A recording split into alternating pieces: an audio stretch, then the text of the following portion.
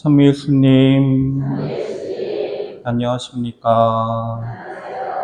네, 한 가지 정정드리고 넘어가면 피정은 아니고요. 수업 듣는 연수, 하루에 4시간씩 수업 듣는 일정 속에서 오후 강의까지 듣고 열심히 와서 밥 먹고 또 준비하고 그렇게 진행했습니다.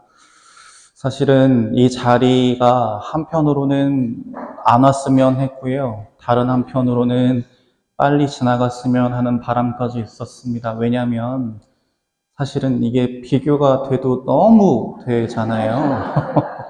뭐 연차로 보나 경력으로 보나 무엇으로 봐도 최강희 신부님께 비할 바가 안 되고, 그리고 원래 계획상으로는 주인 신부님께서 셋째 강의를 맡아주기로 하셨었는데, 그래도 주임 신부 견진 교리하는 신자들 한 번은 공식적으로 좀 만나야 되지 않겠니? 라고 얘기를 하셔서 이 어마어마한 막중한 부담감을 안고 사실은 이 자리에 섰습니다. 그래서 미리 어느 정도 기대치를 좀 낮춰드려야 끝날 때 실망을 좀 덜 하실까봐 미리 좀 기대치를 낮춰드리려고 드리는 말씀이고요.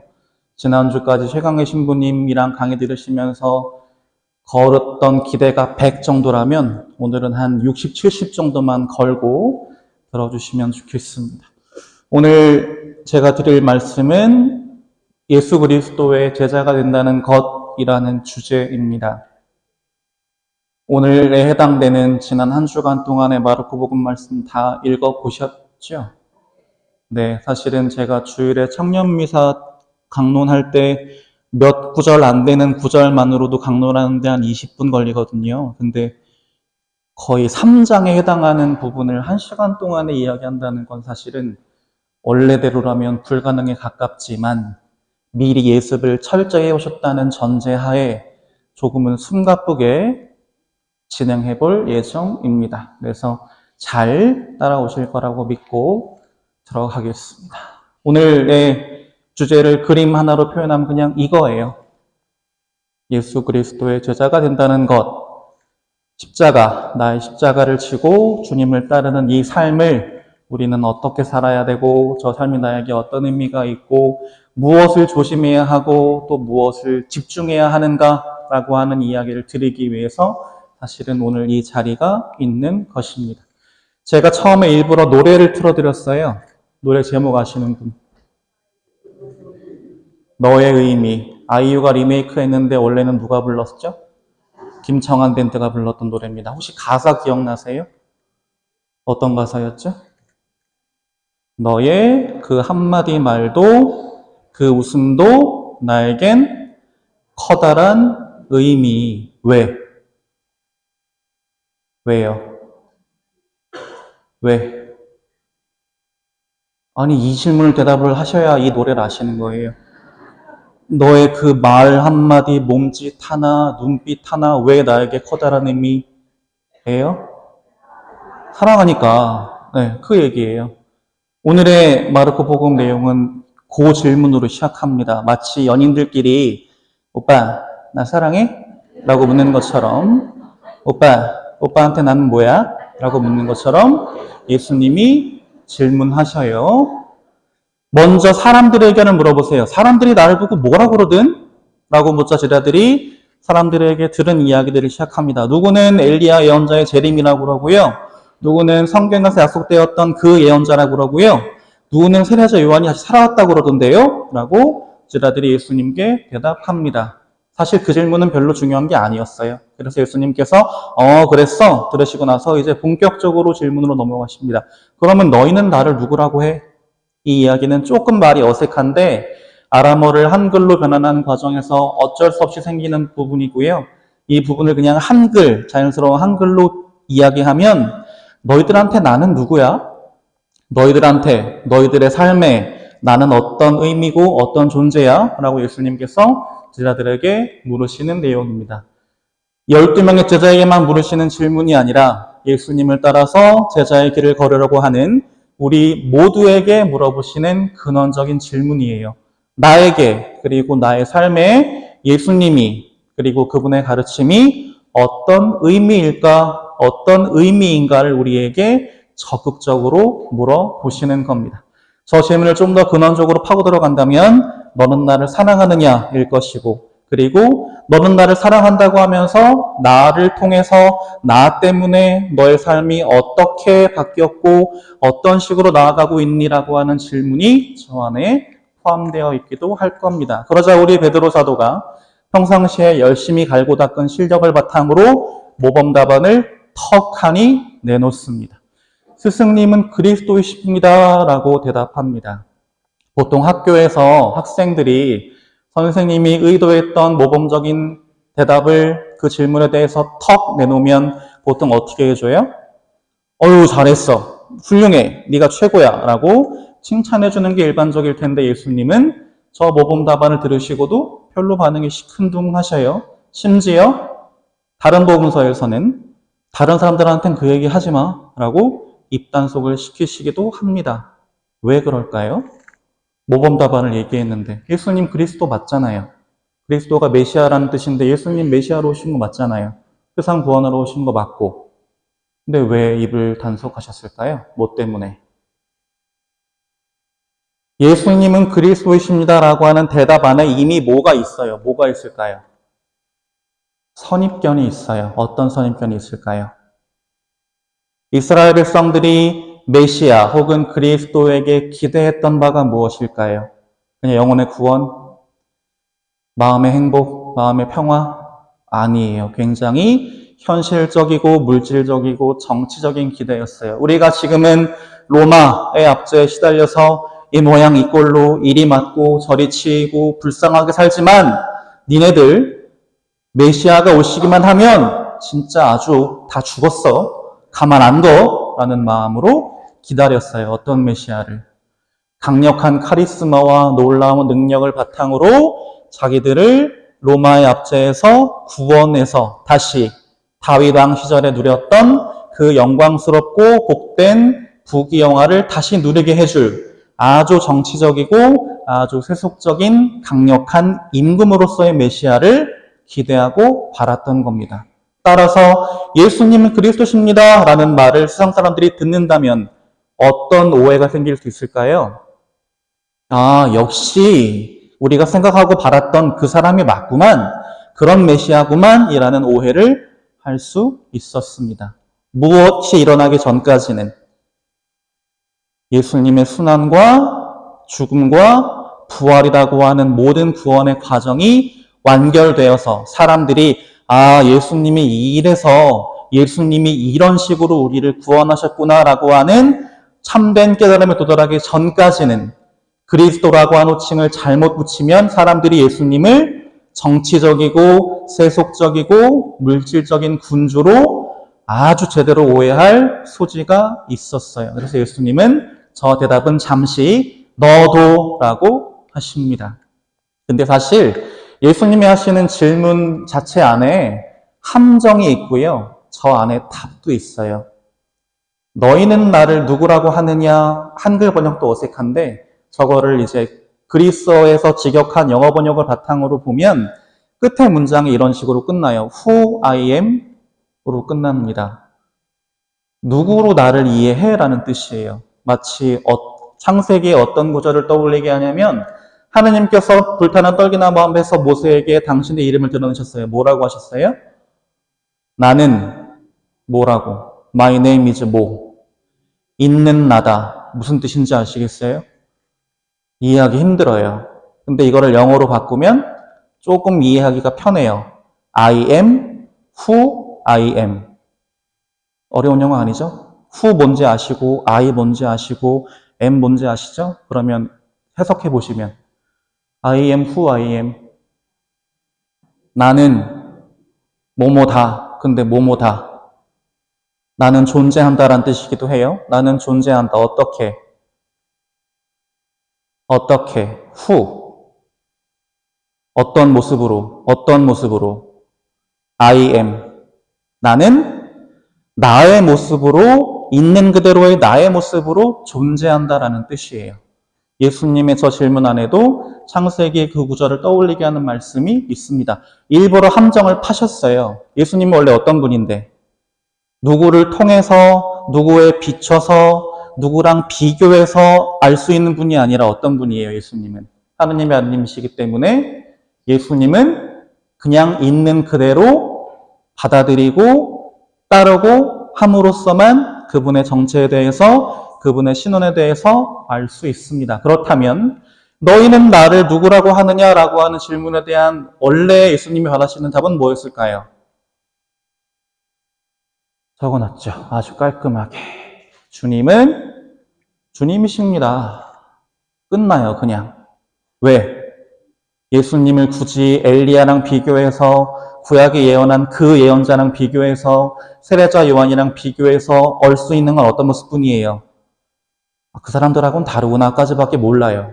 그래서 우리가 예수님을 온전히 이해하는 방법은 주님을 있는 그대로 받아들이는 것, 또 내가 바라는 소망, 내가 바라는 기대, 그런 것들을 예수님께 억지로 끼워 맞추거나 투영하지 않는 것. 예수님이라면 그냥 받아들이겠습니다. 당신 말씀이라면 그냥 따를게요라고 하는 마음으로 예수님을 따르는 것이 예수님이 어떤 분이신지를 아는 방법이고, 그분이 내 삶에 어떤 의미인지를 찾는 시작점이 될 겁니다. 구체적으로 이제 이야기가 시작돼요. 예수님께서 첫 번째 순환 예고를 하십니다. 사람의 아들이 반드시 많은 고난을 겪으시고 원로들과 석사제들과 율법학자들에게 배척을 받아 죽임을 당하셨다가 사흘 만에 다시 살아나셔야 한다는 것을 제자들에게 가르치기 시작하셨다라는 말씀으로 당신의 이야기를 시작하십니다. 저 성화 보시면 한편으로는 재밌고 한편으로는 무서운 장면이 하나 들어가 있습니다. 저 중에 유다 이스카리옷 찾아보세요. 어디 있을까요? 유다 이스카리옷. 유다 이스카리옷이 뭐 하는 사람인지는 아시죠? 유다 이스카리옷 어디 있을까요? 너무나 분명하게 딱 보여요. 저렇게 있을 사람은 그 사람밖에 없어요. 어디?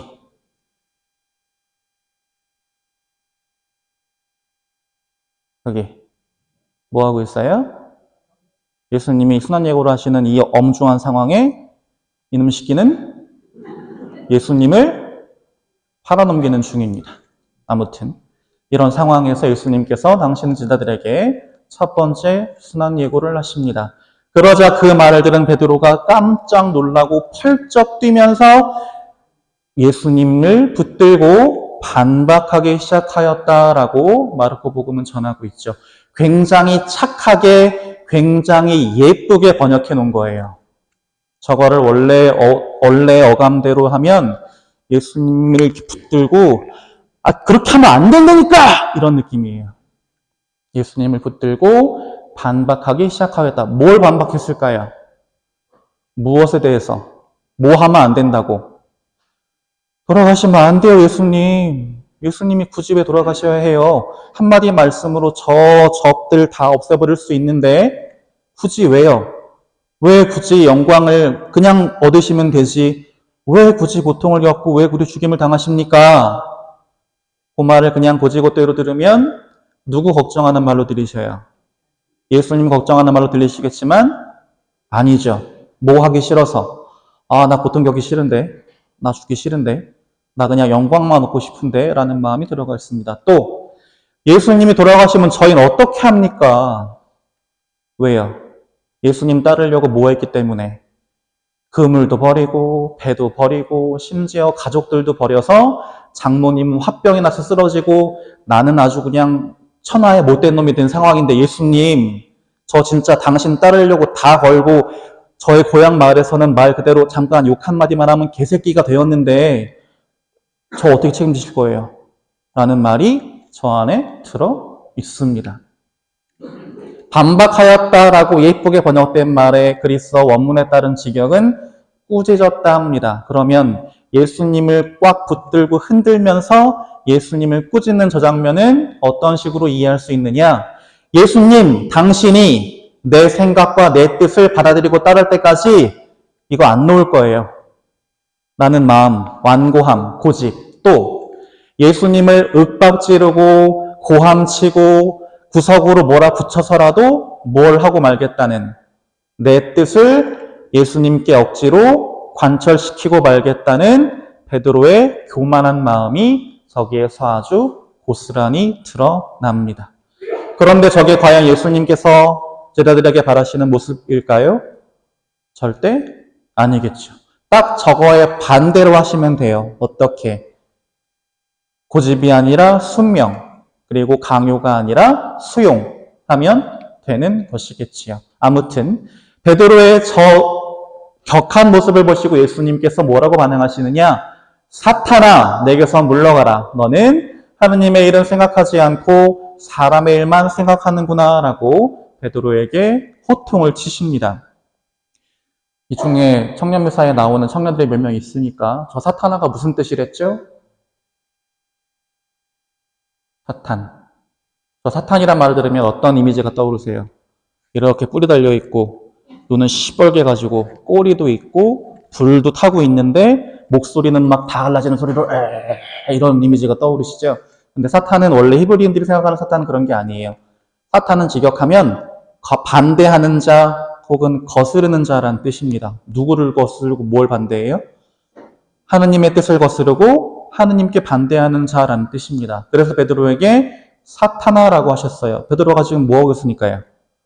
예수님의 뜻을 거스르고 하느님께 순명하라는 예수님을 반대하고 서 있기 때문에 예수님은 사탄아라고 말씀하시면서 내게서 물러가라라고 하십니다.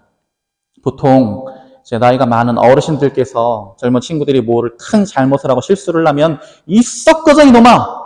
라고 하실 때가 있죠. 그때 썩꺼져는 어떤 뜻이에요? 어떤 뜻이에요? 어려운 말을 하잖아요. 진짜 꺼지란 뜻이에요. 그렇죠? 예수님께서 하시는 저 말씀은 무슨 뜻일까요? 내게서 물러가라! 무슨 뜻일까요? 심지어 저 말씀을 하시는 타이밍이 얼마나 뭐랑 차이가 안 나냐면 예수님께서 베드로를 칭찬하시면서 하늘나라의 열쇠를 너에게 주겠다라고 하셨던 그 시기랑 별로 차이가 안 나요. 근데 기껏 수제자로 삼으셔놓고서는 내 앞에서 꺼져 라고 하신다는 건 말이 안 되죠. 그럼 저건 무슨 뜻일까요? 내게서 물러가는.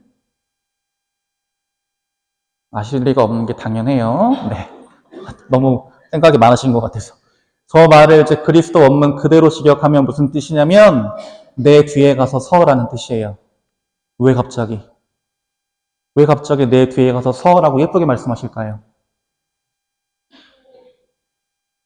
예수님의 뒤에 가서 쓴 다음에 어떻게 하는 게? 예수님의 뒤를 잘 따라가는 게 누구의 소명이라? 제자의 소명이라 예수님께서는 너 왜 내 앞을 딱 가로막고 서가지고 내가 하느님께 나아가는 길을 가로막 방해하고 있냐? 그러지 말고 내 뒤로 와서 서. 그게 네가 가야 할 몫이고 네가 걸어가야 할 길이야 라고 예수님은 베드로에게 알려주고 계시는 겁니다.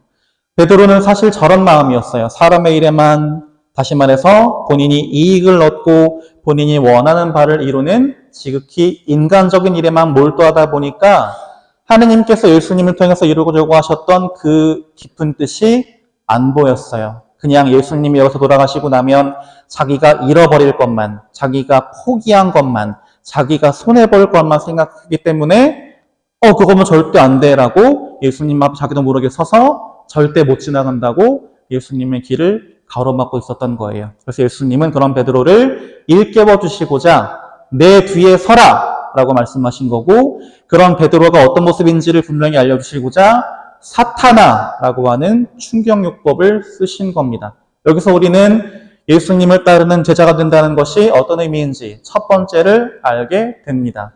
스승이신 예수님의 뒤에서 그분의 가르침을 따르는 것, 그것이 제자됨의 첫 번째 길일 겁니다. 그래서 자연스럽게 그 뒤에 이런 말씀이 이어져요. 누구든지 내 뒤를 따라오려면 자신을 버리고 제 십자가를 지고 나를 따라야 된단다 얘들아 라고 예수님께서 자연스럽게 당신을 따르는 길에 대해서 제자들에게 알려주십니다. 예수님의 뒤에 서서까지는 알았어요. 방금의 일련의 사건들을 통해서. 그럼 이 구절에서 우리는 두 가지를 새롭게 알아들어야 됩니다. 뭘 알아들어야 될까요? 예수님의 뒤에 서야 된다는 건 알았다면 이제 두 가지를 더 해야 돼요. 첫 번째는 자신을 버리고, 두 번째는 제 십자가를 지고. 하나씩 보겠습니다. 자신을 버리고, 버리다라고 번역된 그리스어의 원래 직역은 거부하다라는 뜻입니다. 자신을 거부한다는 게 무슨 뜻일까요? 사람들은 보통 내 욕심대로, 내 뜻대로 하고 싶어 해요. 그래서 내 욕심대로, 내 계획대로, 내 뜻대로 하다가 안 되면 누구를 찾아가요? 다 한 번쯤 가보셨던 거기 있잖아요. 누구 찾아가요? 용하다는 점집 찾아가서 이번에 우리 딸내미가 어디 가야 되는데, 이번에 우리 남편이 승진할 때가 됐는데 될까요? 물어보면 무당이 보통 뭐라고 그럴까요? 둘 중에 하나예요. 뭐? 될 거요? 라고 하거나 아니면 안 돼, 안 돼 할 거예요. 그럼 이제 어떻게 돼요? 될 거야 라고 말하는 무당은 그나마 착한 무당이에요. 안 돼 라고 말하는 무당은 이제 뭘 하게 해요? 부적을 써야 돼? 아니면 굿을 내야 돼? 해서 이제 우리가 우리 뜻대로 하려면 뭔가를 하게 만들죠. 자신을 거부하다라고 하는 건 인간이라면 누구나 갖고 있는 내 뜻대로 하고 싶고 내 계획대로 됐으면 좋겠고 사람들이 내 바람을 따라주길 바라는 그 마음을 거부한다는 뜻입니다. 굉장히 힘든 길이에요. 자신의 뜻과 고집을 따르기를 거부하고 누구만 믿고 따라가는 거예요? 주님만 믿고 주님을 신뢰하는 그 길을 따라간다는 뜻입니다. 여기서 우리가 주의할 게 있어요. 필요 없어서 버리는 게 아니에요, 절대. 나한테 진짜 그전까지는 소중하고 귀했던 건데 누구를 알고 나서 예수님을 알고 나서 그리고 어떤 가치가 소중한 걸 깨닫고 나서 신앙이라는 가치가 구원이라는 가치가 영원한 생명이라는 가치가 얼마나 소중한지를 깨닫고 나서 내가 이 정말 소중한 걸 얻으려면 진짜 아깝고 진짜 슬프지만 이거 버려야 되는구나. 이거를 내려놔야 되는구나 하고 내려놓는 게 버리다라는 뜻입니다. 더 소중한 것을 받기 위해서 내가 기존에 누리던 것들을 과감하게 비워내는 것, 그것이 바로 자신을 버리다라는 말에 숨겨져 있는 뜻입니다. 다시 말해서 중요한 건 버리는 게 아니라 다시 채우는 거예요. 뭘? 기껏 세상의 것들을 다 버려놓고 더 큰 세상의 걸로 채우면 아이고 의미가 없죠. 그럴 거면 안 내려놓느니만 못해요. 그게 아니라 하느님의 것을 채우기 위해서 세상의 것을 내려놨으니까 내려놨으면 채워 넣어야죠. 근데 비우기만 하고 내려놓기만 하고 안 채워 넣으면 어떤 상황이 벌어질까요? 우리가 오늘 읽어본 구절은 아니지만 아마 그런 얘기 들어보셨을 거예요. 더러운 영이 쫓겨나고 나서 자기가 나왔던 그 사람의 영혼이 깔끔하게 정돈된 상태로 텅텅 비어있으면 어떻게 한다고요? 자기보다 더 악한 영 7을 데리고 다시 그 영혼의 자리에 들어가서 자리를 잡는다. 그래서 예수님은 뭐라고 하셔요?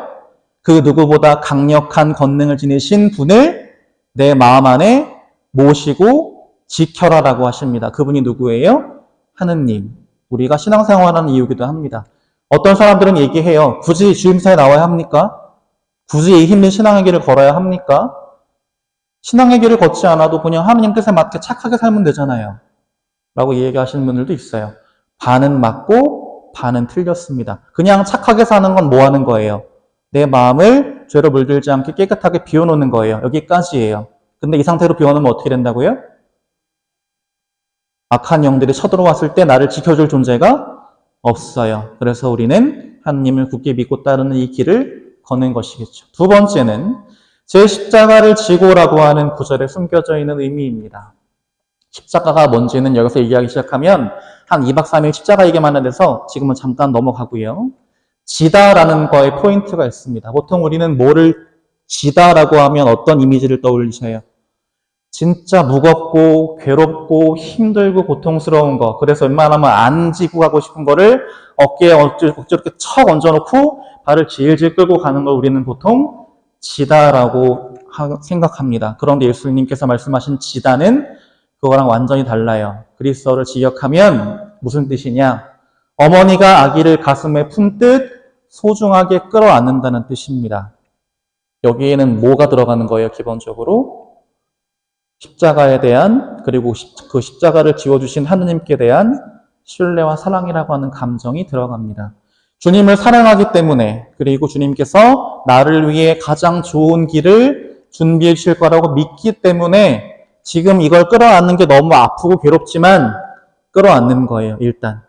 억지로가 아니라, 마지못해서가 아니라 기꺼이 기쁘게 끌어안고 당신의 뒤를 따라오라고 하시는 겁니다.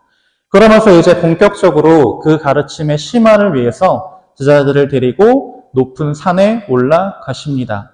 베드로와 야고보와 요한, 당신이 총회하시는 세 제자를 데리고 산에 올라가십니다. 산에 왜 올라가셨을까요? 산. 보통 동서양을 망라하고 산이라고 하면 거기에 뭐가 있다고 생각합니다, 사람들은. 신령한 존재가 깃들어 있다고 생각해요. 그래서 우리 전래동화 중에 나무꾼과 도끼 이야기에서도 보면 나무꾼이 산에 나무하러 갔다가 도끼를 퐁 파뜨리니까 누가 나와요? 수염 길게 기른 할아버지 한 명이 나와가지고 허허허 해서 이게 네 도끼냐?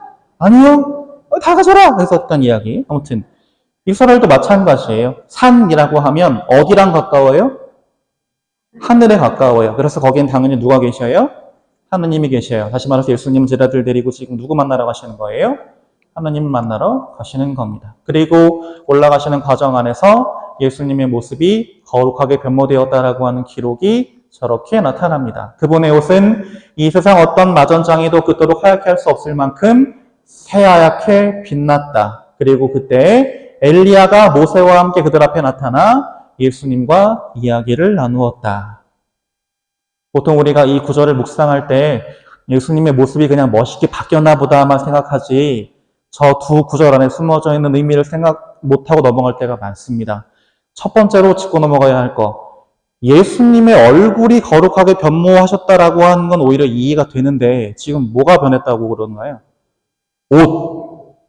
갑자기 왜 옷 얘기를 할까요? 저 옷은 무슨 옷일까요? 어느 비유에 나오는 옷이에요.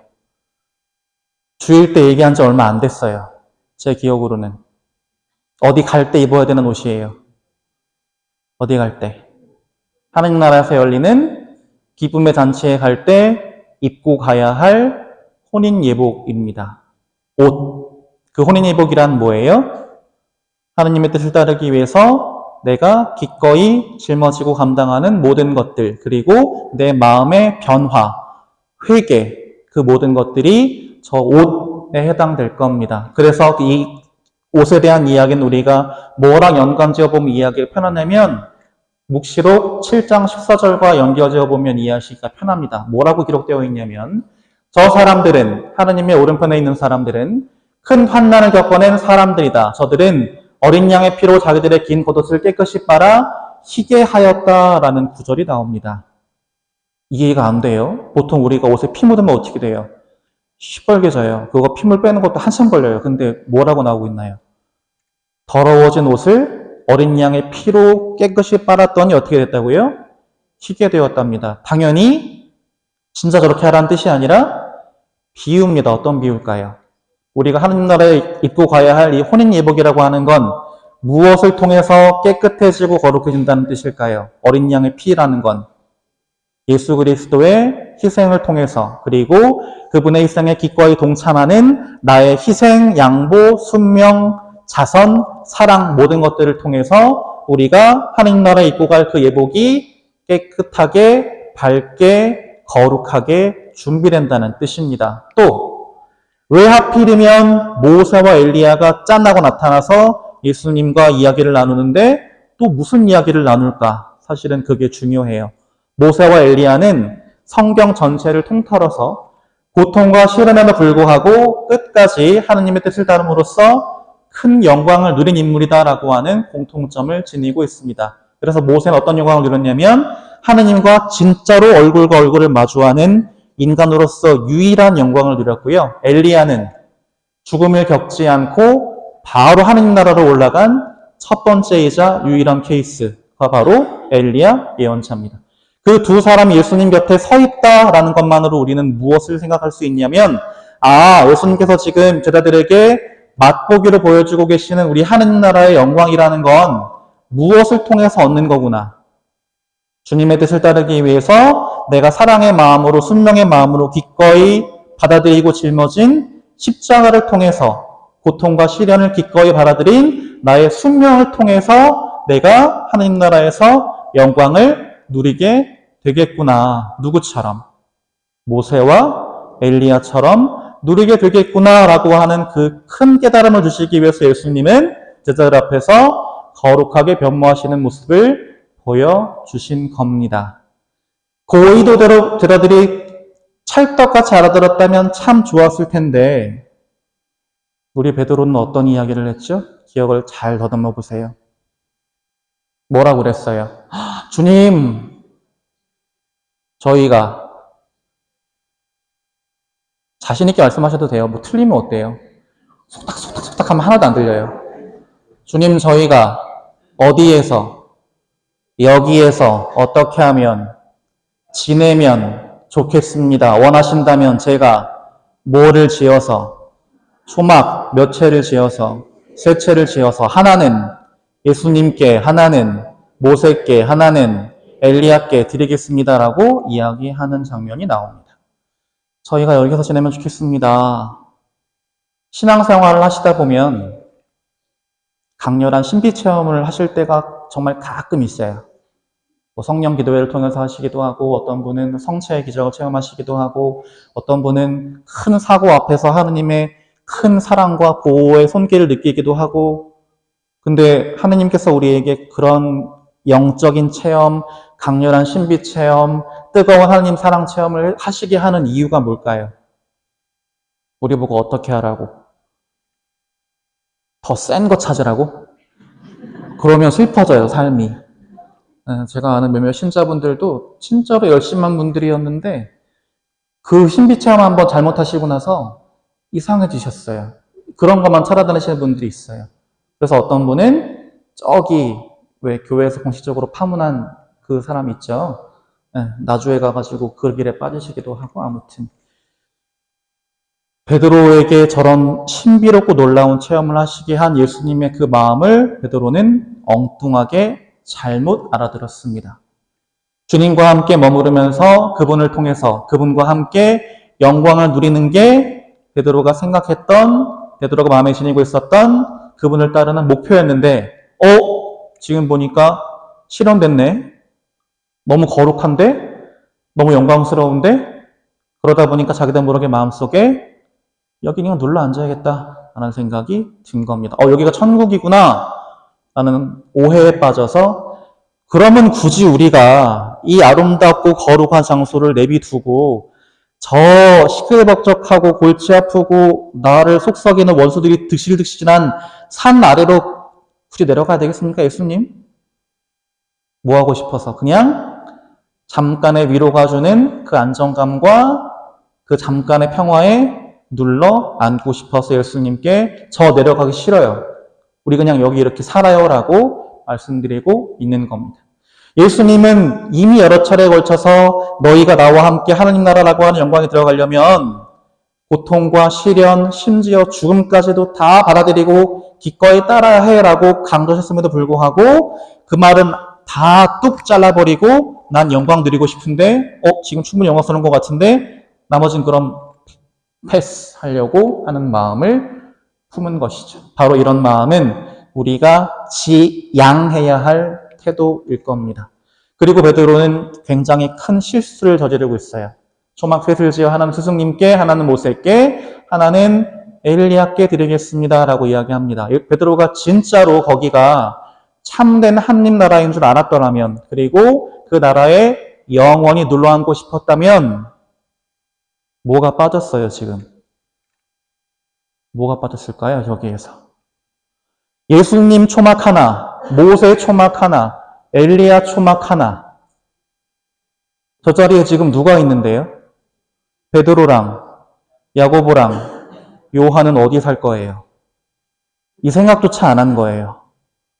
지들이 살 집을 생각도 안 했던 거예요. 그냥 눌러앉고 안주하고만 싶어서. 또 한 가지 실수. 지금 보여드리는 이게 초막이에요. 초막이에요. 대충 나뭇가지 엮어서 그 위에 짐승의 가죽을 덮어놓는다거나 아니면 건초 덩어리 풀떼기 덮어놓는 거나 가서 그냥 잠깐 머무르고 다시 해체하고 가는 집이에요. 집도 집이라고 할 수 없어요. 거의 텐트 수준도 안 돼요. 근데 저기에 영원히 살겠다고요? 저렇게 허접하고 저렇게 약하고 부족한 집에 오늘날 우리는 그렇게 단단하고 튼튼하게 만들어 놓은 아파트도 요즘 부실해서 못 믿겠다고 하는 판에 베드로는 그런 실수들을 저질렀던 겁니다. 자선과 나눔 그리고 예수님의 뜻을 따르는 사랑의 실천으로 하느님 나라에 자기가 영원히 머무를 튼튼한 거처를 마련할 생각은 안 하고 그냥 대충 얼기설기 지어서 적당히 안주하는 안일한 마음을 품었던 겁니다. 그런 베드로의 모습이야말로 예수님께서 그토록 안타까워하셨던 자기 집을 모래 위에 지은 어리석은 사람과 같을 겁니다. 그래서 당연히 예수님은 베드로의 청을 들어주지 않습니다. 그리고 하늘에서 하느님 아버지의 목소리가 들려오지요. 이는 내가 사랑하는 아들이니 너희는 그의 말을 들어라 라고 하는 하느님의 음성이 들려옵니다. 왜 갑자기 저런 말씀을 하실까요? 보통 우리 생각으로는 베드로가 예수님의 의정을 못 헤아리고 이상한 소리 하니까 이 멍청한 놈이라고 뭐 혼을 내시거나 아니면 그렇게 하면 되겠어! 라고 올바른 길로 이끌어주실 것 같은데 갑자기 이는 내가 사랑하는 아들이니 너희는 그의 말을 들어라고 하시니까 이게 지금 무슨 상황인지 알아듣기가 쉽지 않습니다. 왜 저런 말씀을 하셨을까요? 베드로가 예수님을 가로막고 그분을 꼭 붙들고 반박했던 순간부터 그리고 심지어 지금 이 시간까지 계속 저지르고 있는 실수 뭐예요? 더 쉽고 더 편안하고 더 안락하고 더 부유한 삶을 누리고 싶은 내 마음, 내 뜻을 따라가고 싶은 그 마음을 제발 좀 내려놔 라고 하시는 겁니다. 그리고 예수님을 통해 드러나는 예수님의 말씀과 행정을 통해 드러나는 하느님의 뜻을 잘 헤아리고 따라 라고 하시는 겁니다. 왜? 그렇게 하는 것만이 우리가 하느님 나라에서 그분의 자녀로서 참된 기쁨과 행복을 누리는 방법이기 때문에 그리고 예수님께서 하느님의 사랑을 받으시는 이유도 단지 그분이 하느님의 정말 친아들이라서가 아니라 예수님이야말로 다른 그 누구보다도 더 철저하고 더 완전하게 하느님 아버지의 뜻을 순명하고 따른 분이기 때문에 그래서 우리도 그런 예수님처럼 하느님께 진짜 사랑받는 복된 자녀로 살고 싶다면 지금 잠깐 내 눈앞에 펼쳐진 임시천국, 가짜 천국에 안주하는 게 아니라 진짜 천국의 삶을 누리고 싶다면 예수님의 말씀에서 드러나는 하느님의 뜻을 찾고 받아들이고 따르라 라고 하는 너무나 당연한 말씀을 하고 계시는 겁니다. 그리고 여기서 우리는 제자됨의 두 번째 모습을 보게 됩니다. 인간이라면 누구나 갖고 있는 쉽고 편한 것을 찾는 욕망을 쫓지 말고 어렵고 힘들어도 지금 당장은 손해보는 것 같아 억울해도 하느님의 뜻을 바라고 구하고 찾아라 라고 하는 하느님의 메시지를 이 안에서 알아들을 수가 있는 것이죠. 그 다음은 예수님의 행적 부분으로 넘어갑니다. 예수님께서 제자들과 함께 길을 걸어가시는데 한 아버지가 예수님 앞에 털썩 엎드려서 청합니다. 예수님, 지금 제 아들이 뭐에 더러운 영에 마귀에 들려서 막 사람 미친놈처럼 사람들 사이를 뛰어다니기도 하고 저기 널브러져가지고 막 경련 일으키기도 하고 헛소리하고 막 괴물 같고 진짜 어떻게 해야 될지 모르겠어요. 근데 당신 제자들은 못 고치더라고. 그러니까 어떻게 해달라고요? 예수님이 한번 해보세요. 라고 이야기합니다. 제가 왜 이렇게 부정적인 톤으로 이야기하냐면 저 문장 안에 이미 저 아버지의 의도가 들어있어요. 어떤 의도가 들어있을까요? 어떤 특정한 구절에 한 마음이 턱 걸리시나요? 하실 수 있으면 해보세요. 제자들은 못하던데 저 말씀만, 저 구절 안에 얼마나 엄청난 의도를 숨기고 있는지 보시게 됩니다. 저런 마음이에요. 내 아들이 마귀에서 꼭 벗어나게 하고 싶어. 근데 어떤 세속적인 방법을 써도 안 되더라고. 그리고 당신이 먼저 보냈던 제자들도 못하더라고. 그러니까 뭐 당신이 해보라고. 요 정도의 믿음밖에 안 됐던 겁니다. 마음속에 지금 이미 뭐를 품고 있어요. 이 사람이 못하면 딴 데 찾아봐야지 라는 마음을 품고 있어요. 우리도 사실은 그런 마음을 품을 때가 있어요.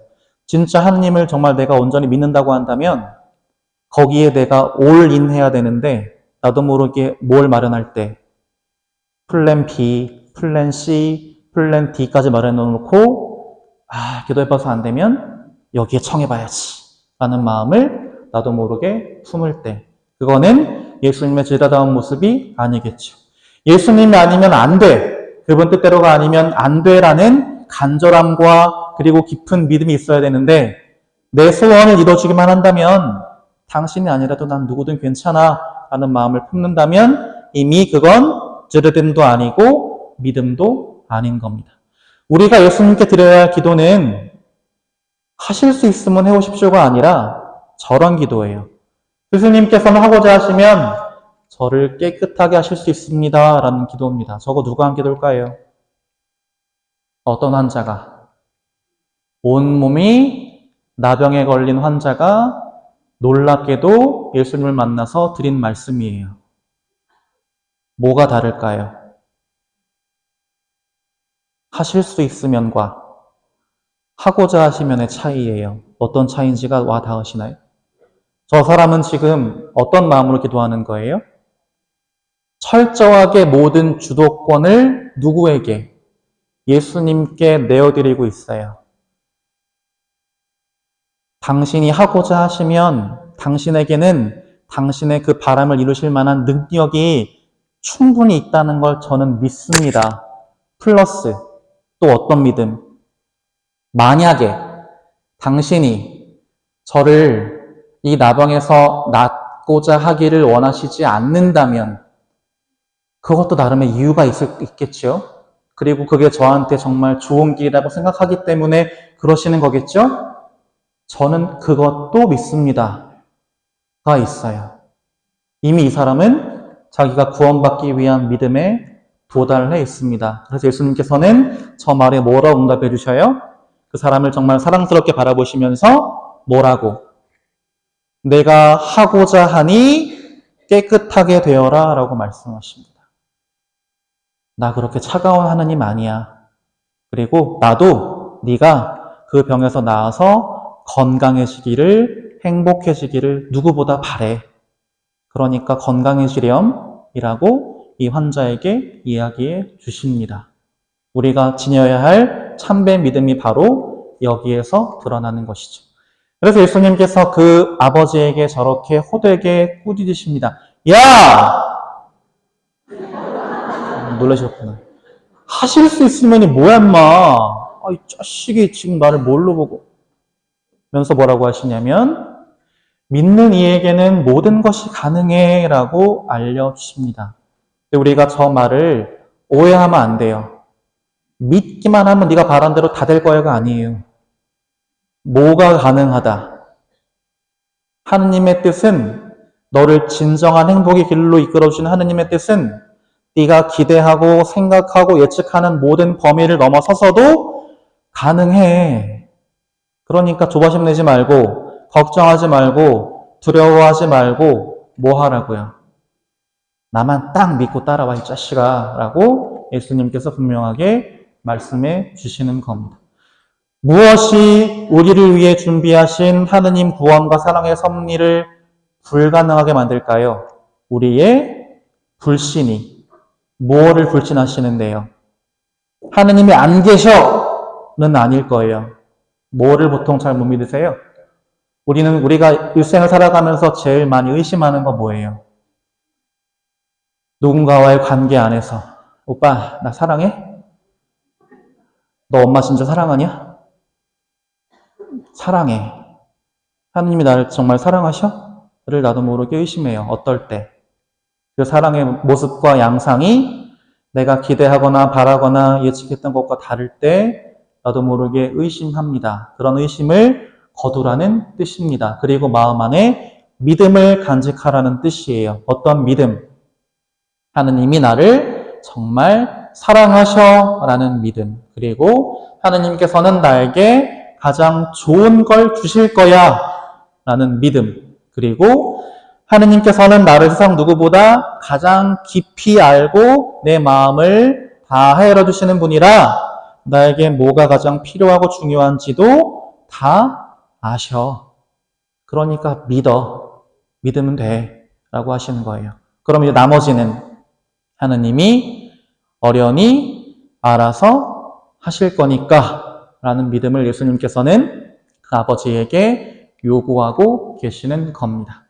그 일이 일어나고 나서 그때 그 아들에게서 마귀를 쫓아주시고 나서 제자들이 예수님과 따로 있는 자리에서 질문해요. 예수님, 저희는 왜 그 아들에게서 마귀를 쫓아내지 못했습니까?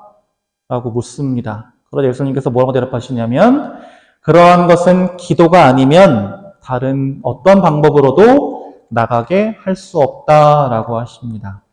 제자들은 왜 마귀를 못 쫓았을까요? 크게 두 가지일 거예요. 첫 번째는 예수님으로부터 먼저 파견받고 고을을 돌아다니면서 병자들을 고쳐주고 수많은 마귀를 쫓아내고 하는 과정에서 제자들 마음속에 자연스럽게 어떤 마음을 자리 잡았냐면 교만. 분명히 처음에는 자기들에게 그런 놀라운 능력을 주신 하느님을 찬미했을 겁니다. 그런데 그런 일이 반복되다 보니 어느 순간부터 이게 당연해져요. 그리고 하느님이 아니라 누구를 내세우고 싶어져요? 자기들 마음속에 자기들 모르게 믿음이 사라지기 시작합니다. 하느님께 대한 믿음이 없는데 하느님의 이름으로 아무리 나가 해봐야 그 마귀는 웃기고 있네 하겠죠. 거기서 첫 번째 실수. 두 번째는 이상하다. 왜 하느님의 이름으로 쫓아냈는데 안 나가지? 하면서 마음이 조급해져가지고 이것도 해보고 저것도 해보고 요것도 해보고 근데 그런 게 통할 리가 없죠. 그 두 가지 실수를 제자들은 저질렀던 것입니다. 그래서 우리에게 예수님은 저 이야기를 통해서 뭐의 중요성을 강조하시냐면 기도의 중요성을 강조하십니다. 근데 우리는 참 아이러니하게도 기도가 진정으로 필요할 때는 기도를 못 하시는 분들이 많아요. 이게 무슨 뜻이에요? 기도가 진짜 필요할 때는 어떤 때예요?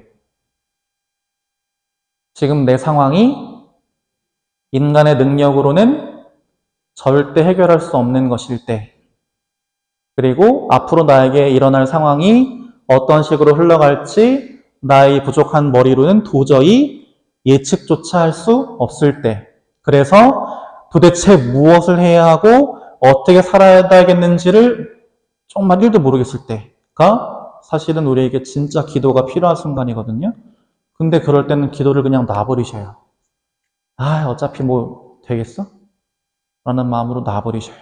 그러면서 어떤 모습을 보이시냐면 조금 더 현실적인 도움을 줄 사람이 없나를 나도 모르게 찾습니다. 그래 하나님 좋은 분이지. 나 사랑하시는 거 알지. 근데 지금 상황에서 이게 더 현실적이라고 생각하고 더 합리적이라고 생각하니까 어떤 경우에는 이루어지지도 않을 그 헛된 희망 품는 것보다 이게 현실이야. 이게 세상이야. 그냥 받아들여. 하는 마음으로 그냥 놔버리는 거예요. 근데 이거는 순명도 아니고요. 믿음도 아니고 아무것도 아니에요. 내 마음속에 그나마 요만큼 남아있던 믿음까지 그냥 던져버리시는 거예요. 절망이란 이름으로, 실망이란 이름으로. 그래서 예수님께서 뭐라고 하시냐면 불가능이라고 생각되는 그 순간, 이제 나에게 정말 한계야 라고 느끼는 순간이 어떨 때라고, 정말 하느님께 간절히 매달리며 기도할 때라고 알려주고 계시는 겁니다.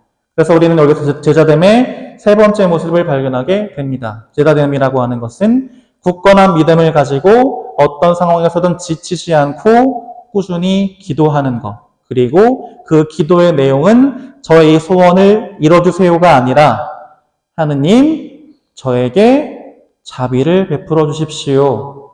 하느님 제가 이 상황에서 드러나는 당신의 뜻을 제대로 헤아리고 받아들이고 따를 수 있는 지혜와 용기와 힘을 주십시오. 하느님 제가 이 고통의 잔을 당신 뜻이라서 당신 섭리라서 받게 하십시오 라고 하는 기도를 우리는 바칠 수 있어야 하는 겁니다. 그러고 나서 예수님께서 그들에게 두 번째 순환 예고를 하십니다. 사람의 아들은 사람들의 손에 넘겨져 그들 손에 죽을 것이다. 그러나 그는 죽임을 당하였다가 사흘 만에 다시 살아날 것이다 라고 말씀하십니다. 그런데 그 말씀을 듣는 제자들의 모습이 좀 이상해요. 그들은 그 말씀을 알아듣지 못하였을 뿐만 아니라 그분께 묻는 것도 두려워하였다라는 말씀, 기록이 나옵니다. 우리는 보통 직장 상사나 아니면 누가 해? 라고 말했을 때 그걸 못 알아들으면 어떻게 해요? 뭐라고? 하죠. 물어봐야 돼요. 못 알아들었으면. 근데 지금 제자들은 안 물어봐요. 못 알아들었으면서. 그리고 정말 솔직히 얘기하면 못 알아듣지 않았어요. 저 상황은 뭐랑 비슷하냐면 거의 이제 이별할 때가 다 된 연인의 모습과 비슷합니다. 오빠가 나랑 데이트하러 왔는데 나를 안 봐. 계속 스마트폰만 보고 이러고 있어. 오빠, 뭐해? 폰 봐. 이 상황이면 보통 우리 마음속에 어떤 의구심이 들어요? 이 새끼가 나를 안 사랑하나? 생각이 들어서 뭘 물어보고 싶어요? 오빠, 나한테 왜 그래? 나한테 뭐 마음에 안 드는 거 있어? 보통 물어볼 거예요. 근데 만약에 이 여자아이가 이 오빠를 너무 좋아해. 그리고 이미 예감하고 있어. 내가 여기서 오빠 나한테 왜 그래? 라고 하는 건수를 주면 이 새끼는 분명히 그래, 누구야? 말 잘했어. 너한테 할 말 있어. 뭐를 예감해서? 슬픈 이별을 예감해서 차라리 내가 그 건수를 안 주면 어떻게든 이 관계가 유지되겠지 라는 마음으로 그냥 입을 닫고 있는 그거랑 똑같은 상황이에요. 예수님이 돌아가셔야 되는구나. 고통당하실 거구나. 알았어요. 근데 굳이 그거를 사실로 확인하고 싶지 않아요. 그런 모습입니다. 고통의 시간을 이겨내야 영광의 시간이 오고 수함과 죽음이 있어야 부활할 수 있는데 그래야 십자가의 길을 예수님과 함께 잘 걸어갈 수 있도록 충분히 준비할 수 있는데 예수님께 물어볼 의지도 갖지 못하고 용기도 갖지 못하니 혹시라도 자기들이 모든 걸 잃어버리게 될까봐 두렵고 걱정돼서 그냥 묻어두려고만 하니 예수님은 참 이들을 보면서 답답한 마음이 들으셨을 거예요. 나에게 좋은 일만 생겨야 해. 내가 기대하고 바라는 대로 내 삶이 흘러가면 좋겠어. 라고 하는 욕심과 교만과 집착이 저 제자들처럼 하느님의 목소리에 귀를 꽉 닫게 만듭니다. 하느님의 목소리를 알아들으려면, 그분의 뜻을 헤아리려면 물어봐야죠. 하느님, 제가 어떻게 해야 할까요? 하느님, 제가 어떻게 하기를 바라십니까? 안 물어봐요. 왜? 혹시라도 어떨까봐.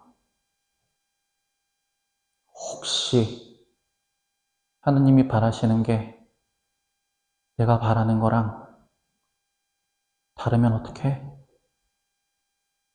라는 마음 때문에 그냥 묻어두려고 하는 모습이 우리 안에 있는 것이죠. 그래서 우리는 어떻게 해야 하느냐? 하느님의 뜻이 무엇인지 잘 모르겠으면 대충 넘어갈 생각하지 말고 그냥 자기 멋대로 넘겨주지 말고 일단 하느님께 기도 안에서 물어야 합니다. 제가 어떻게 해야 할까요? 그리고 그 기도와 묵상 안에서 이게 하느님이 바라시는 뜻이구나 라고 하는 걸 깨달았으면 즉시 실행에 옮겨야 합니다. 여기에서 우리가 따라야 할 제자됨의 네 번째 모습이 드러납니다. 물음, 식별, 결단, 실천이라고 하는 일련의 과정들이 우리가 따라야 할 길일 겁니다. 그러면서 예수님께서 무엇을 강조하시냐면 이런 어린이 하나를 내 이름으로 받아들이면 나를 받아들이는 것이다 라고 제자들에게 알려주십니다. 제자들이 한창 뭐하고 있을 때 야, 누가 제일 높으냐? 예수님이 진짜로 당신 나라를 오시게 하면 우리 중에 누가 대장이야? 라는 문제로 싸우고 있을 때, 한심하게 다투고 있을 때, 신앙도 마찬가지죠. 신앙을 통해서 내가 원하는 더 많은 재물, 더 높은 자리, 더 큰 영광, 더 많은 인기를 우리는 생각하고 있을 때 예수님은 우리에게 그 반대의 길을 이야기하고 계시는 겁니다. 너네 정말 나를 너희 마음 안에 모시고 싶어? 정말 내 뒤를 따라오고 싶어? 그러면 이런 마음이어야 해. 어린이 하나를 내 이름으로 받아들일 수 있어야 해. 라고 하십니다. 그냥 어린이를 키우면 되는 거예요? 아니에요. 어린이도 비유적인 표현입니다. 어떤 비유? 작고, 약하고, 고집 세고, 말 안 통하고, 이해 안 되고, 속 터지는 사람이 누구나 내 주변에 하나씩은 있어요. 한 명이면 다행이지. 한 최소한 10명 이상씩 있어요. 그 사람들 어떻게 하라고? 꺼져가 아니고 어떻게 하라고? 그래, 내가 예수님의 사랑으로 하느님의 뜻으로 내가 너라는 어린이를 내가 한번 안아줄게 라는 마음으로 우리가 그들을 받아들일 수 있다면 우리는 예수님을 따르는 길을 충실히 걸을 수 있다. 그리고 여기에서 예수님을 따르는 제자됨의 5번째 모습이 나옵니다. 다른 이 안에 계시는 주님을 적극적으로 찾고 받아들이는 것. 그리고 나서 아주 무서운 이야기를 하십니다. 너의 손이 너를 죄짓게 하거든 잘라버려 라고 하는 성경에서 가장 무서운 말씀을 하십니다. 진짜로 잘라버리라고 하시는 걸까요? 그렇게 되면 사실 어느 신부님이 강론 시간에 얘기하셨다고 그래요. 만약에 저 말씀대로 하셨다면 천국엔 사지 멀쩡한 사람이 없을 겁니다. 라는 이야기를 하셨다고 하기도 하죠. 저 이야기를 우리에게 생각하시게 하는 겁니다. 바늘도둑이 소도둑 때 우리는 보통 작은 바늘 하나 훔치는 아주 소소한 잘못은 괜찮아 라고 생각합니다. 내 마음 안에 있는 탐욕을 선만 안 넘으면 돼 라고 하는 적절한 안일한 마음으로 그냥 덮어두려고 하죠. 그런데 그렇게 덮어두다 보면 탐욕은 점점 더 커져서 바늘로는 승에 안 차고 옆집에 있는 소 한 마리 정도는 저렇게 업어와야 이제야 좀 승에 차는 상황이 벌어지게 됩니다. 다시 말해서 주님을 따른다라고 하는 건 무엇을 잘라내라는 말씀이냐면 내 손과 발을 잘라내라는 게 아니라 주님의 뜻을 어기는 것이, 내 탐욕에 휘둘리는 것이 정말로 내 손과 발을 잘라내는 것처럼 고통스럽구나라고 느끼면서 정말 그렇다면 내 마음 안에서 탐욕이라고 하는 걸, 죄의 뿌리인 욕망이라고 하는 걸 단호하게 끊어내야 되겠다라는 결심을 우리에게 하라고 예수님께서는 촉구하고 계시는 겁니다. 그것이 제자됨의 6번째가 될 것입니다. 그러면서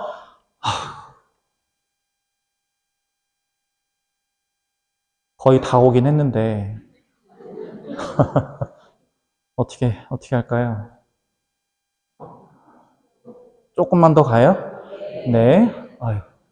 그러면서 이제 우리에게 그 탐욕과 관련된 재물을 조심해야 된다는 이야기를 하시면서 뭐라고 하시냐면 부자가 하는 날에 들어가는 것보다 낙타가 바늘귀로 빠져나가는 게 더 쉽다라고 하는 너무나 유명한 말씀을 하십니다. 저 말씀에 대해서 바늘귀라고 하는 게 오역이다, 원래는 밧줄이다, 그리고 이스라엘에 가보면 도성에 바늘귀라고 불리는 정말 조그만 문이 있다, 다양한 해석들이 존재해요. 근데 저거의 핵심은 바늘귀가 얼마나 작은지 아니면 뭐 밧줄인지 아닌지가 아니고요. 저거의 핵심은 이거예요. 이 뭘까요? 저 동물이 뭘까요? 원숭이 지금 뭐하고 있을까요? 입구가 좁은 호리병을 손을 넣어서 뭔가를 찾고 있죠. 저게 지금 뭐하는 장면일까요? 아프리카 인디언이 원숭이를 잡고 있습니다. 저렇게 잡혀요, 실제로. 왜? 처음엔 작은 걸로 시작해요. 저 호리병 안에는 다양한 크기의 원숭이가 좋아하는 간식들이 있어요. 처음엔 하나를 집어요. 맛있어. 다음에는 좀 더 큰 걸 집어요. 좀 빡빡하긴 한데 맛있어. 이때부터 눈이 다 가져가야지. 근데 저렇게 낑낑대는 사이에 저 덫을 설치한 아프리카 원주민이 이렇게 와요. 원숭이도 나랑 눈이 마주쳐요. 근데 우리는 보통 어떻게 될 것 같아요? 얘한테 잡히면 어떻게 돼요? 팔려가든지 죽든지. 그럼 보통 어떻게 해야 정상일까요? 지금 이 간식이 문제야? 도망가야지. 근데 잡힌대요, 저렇게. 참 답답하고 멍청한 원숭이죠. 우리도 그런다는 겁니다. 악마가 쳐놓은 탐욕이라는 그물에 딱 걸려서 어떻게든 이거를 가져가 보려고 안달을 하다가 나를 잡으러 온 사탄한테 턱 잡히는 우리 모습이라는 거죠. 그래서 부자, 직역하면 부유한 상태로는 하나님 나라에 못 들어간다. 뭐 때문에? 여러 가지 욕심과 집착과 그걸로 한껏 비대해진, 내 영혼이 한껏 비대해진 상태로는 구원이라고 하는 좁은 문을 통과하지 못해. 근데 우리가 착각하지 말아야 할 건 하느님께서 저 구원이라고 하는 문을 말도 안 되게 작게 만들어서 좁은 문이 아니에요. 왜 좁아요? 내가 너무 커져서 좁은 거예요. 그래서 예수님은 뭐라고 말씀하시는 거냐면 구원받고 싶어? 정말 하나님 나라에 들어가고 싶어? 그러면 너의 마음속에 가득 차 있는 그 탐욕을 얼른 비워내. 꼭 영혼의 다이어트를 해라고 우리에게 말씀하고 계시는 겁니다. 그러자 베드로가 이제 마음이 불안해져요. 아니 우리는 예수님을 따르면 좋은 게 있을 줄 알고 진짜 모든 거를 다 버리고 따랐는데 이러다 우리 진짜 빈손 되겠는데? 싶은 마음에 권하자서 예수님께 질문합니다. 스승님, 보시다시피 저희는 모든 걸 버리고 스승님을 따랐습니다. 점점점. 저 점점점 안에 진짜 하고 싶은 얘기가 있어요. 뭐? 근데 저희는 어떤 보상을 받게 될까요? 저희한테 뭐 주실 거예요? 라는 질문을 베드로가 예수님께 하고 있는 겁니다. 저 원숭이랑 똑같아요. 마음에 조바심이 나고 두려워서 예수님이 지금 빨리 거기서 손을 빼고 당신께 오라고 하시는데 내가 지금 손에 쥐고 있는 이거라도 건져야 되는 거 아닌가? 라는 갈등을 마음속으로 하고 있는 거예요. 우리는 그래서 진짜로 주님을 따르고 싶다면 마음속에서 저런 조바심을 버려야 돼요. 욕심, 탐욕, 조바심을 버리고 주님을 굳게 믿고 신뢰해야 지금 내가 어떻게든 가져가려고 하는 나를 멸망에 빠뜨리는 이 사악한 간식들을 내려놓고 즉시 주님을 따를 수 있다라는 이야기를 저 이야기를 통해서 하고 계신 겁니다. 그러면서 보상을 말씀하시긴 하는데 조금 알쏭달쏭해요. 너희는 집과 형제와 자매와 어머니와 자녀와 토지를 백배나 받을 것이고 내세에서는 영원한 생명을 받을 것이다 라고 하십니다. 영원한 생명을 받는다라는 말씀은 알겠어요. 그리고 위로 넘어가서 토지를 백배나 좋아요. 건물주가 누구나의 다 꿈인데 감사합니다 예수님. 근데 아버지와 어머니와 자녀를 100명 행복하시겠어요? 지금 머릿속으로 온갖 생각이 다 왔다 갔다 하시죠? 아버지가 100명이에요. 와, 내가 모시고 살아야 될 아버지가 100명, 내가 챙기고 살아야 될 자녀가 100명, 하나도 왼수 같은데 지금 우리한테 뭐를 말씀하시는 걸까요?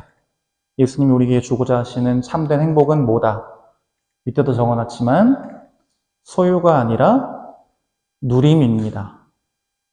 갖고 싶어서 소유하고 싶어서 욕심을 부리느라 정작 누리지는 못하고 사는 우리에게 내려놓고 온전히 나와 함께하는 지금에만 집중하면 너네 충분히 지금 가진 거로도 행복할 수 있어. 그러니까 믿고 따라와 라고 우리에게 말씀하고 계시는 겁니다. 우리가 진정으로 집중해야 되는 부분이라고 할 수가 있겠죠. 그래서 너무 길어지면 안 되니까 이 부분은 일단은 넘어가겠습니다. 마지막만 볼게요. 예리코의 소경 이야기입니다. 구절 하나하나를 좀 자세히 보셔야 되는데 저 소경은 눈이 먼 사람이에요. 눈이 멀었다는 건 무슨 뜻이에요? 태생 소경은 아니에요. 원래는 앞을 봤던 사람이에요. 그런 사람이 예수님을 만났어요. 예수님이 얼마나 놀라운 능력을 가지고 계신지 알아요. 여러분이 만약에 저렇게 시력을 잃은 사람 입장이라면 예수님한테 뭐라고 청하실 거예요? 예수님 앞이 안 보여요. 저 앞 좀 볼 수 있게 해주세요. 일반적일 텐데 그 사람 지금 뭐라고 청하고 있냐면 주님, 스승님, 제가 다시 볼 수 있게 해주십시오 라고 청합니다. 저 말이 굉장히 심오해요. 다시 봐. 우리는 보통 어떤 경우에 주변 사람들에게 너 다시 봤어? 라고 이야기할까요? 그 전까지 그 사람이 갖고 있던 선입견 때문에 미처 알지 못했던 그 사람의 새로운 모습을 볼 때 너 다시 봤다 내가 라고 이야기하죠. 다시 보고 싶은 거예요. 단순한 시력의 회복이 아니라 주님을 통해서, 주님께 대한 믿음을 통해서 뭐를? 나의 삶과 세상을 다시 보고 싶은 겁니다. 누구의 눈으로? 나의 인간적인 눈이 아니라 하느님의 눈으로 다시 보고 싶습니다. 그리고 그러기 위해서 예수님이 그래 이리 와 하시자 어떻게 했냐면 겉옷을 벗어 던지고 일어나 예수님께 갔다라고 나옵니다. 저 겉옷은 사람들에게 구걸하던 저 거지 소경이 갖고 있던 유일한 재산이었어요. 사막에서 겉옷은 추울 때는 옷을 보호한 외투가 되고 더울 때는 쉬는 천막이 되고 맹수나 여러 가지 위험으로부터 나를 보호하는 갑옷이 되기도 하는 진짜로 유일하고 가장 중요한 전 재산이에요. 저거를 뭐를 위해서? 주님을 통해서 다시 보기 위해서 내던진 거예요. 그리고 먼저 간 거예요. 예수님이 알아서 내가 너를 구원해 줄게 라는 약속을 받고 나서 간 게 아니고요. 내가 먼저 버렸어요. 그러자 예수님께서 그 사람의 믿음을 보시고 고쳐주셨죠. 그러자 그 사람이 어떻게 했다고 나오나요? 일어나 예수님을 따랐다라고 나옵니다. 자기가 원하고 바랐던 대로 한 거예요. 다시 먹고 사는 일로 갈 수 있었어요. 그런데 그렇게 안 했어요. 하느님의 눈으로 다시 보니 먹고 사는 세상의 일은 다 부질없구나. 내가 지금 따라야 할 분은 주님이시고 내가 지금 해야 할 일은 저분을 따르는 거구나 라고 하는 분명한 믿음과 확신을 얻게 된 겁니다. 그게 우리가 지녀야 할 제자됨의 가장 마지막이자 가장 중요한 모습이죠. 그래서 이제 내려가서 나눔하시면서 제가 말씀드렸던 요 제자됨의 여러 가지 모습 중에서 한 가지를 한번 좀 정해서 나의 입장으로 좀 묵상해 보시면 좋겠어요. 내가 지니고 싶은 제자됨, 특히 나에게 가장 부족하다라고 생각되는 제자됨은 어떤 모습이고 나는 그 모습이 어떻게 되기를 바라는지 여러 가지 것들에 대해서 한번 나눔 시간을 통해서 이야기를 해 보시면 좋겠습니다. 그래서 마지막으로 마침 기도 영광송 바치고 내려가시겠습니다. 성부와 성자와 성령의 이름으로 아멘. 영광이 성부와 성자와 성령께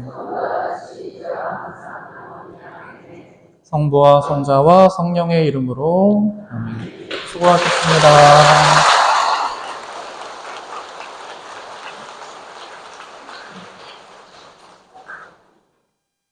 네, 1시간 10분이 너무 짧았죠? 한 번 더 초대해서 해볼까요? 네, 다시 한번 초대해 주시면